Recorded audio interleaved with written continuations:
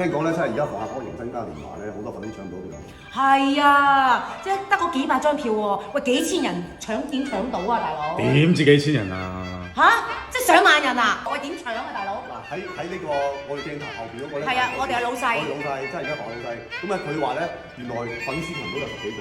啊，10幾個，我自己都有幾個啦。咁係咯，一個粉絲群係500人嘅。係啊，得嗰幾百張點辦啊？咁好多粉絲咧就話搶唔到票，點算咧？咁啊，所以咧，我哋老細咧就話咧體諒下大家，除咗個嘉年華之外咧，當晚10點鐘咧就有一個特調夜。特調夜啊！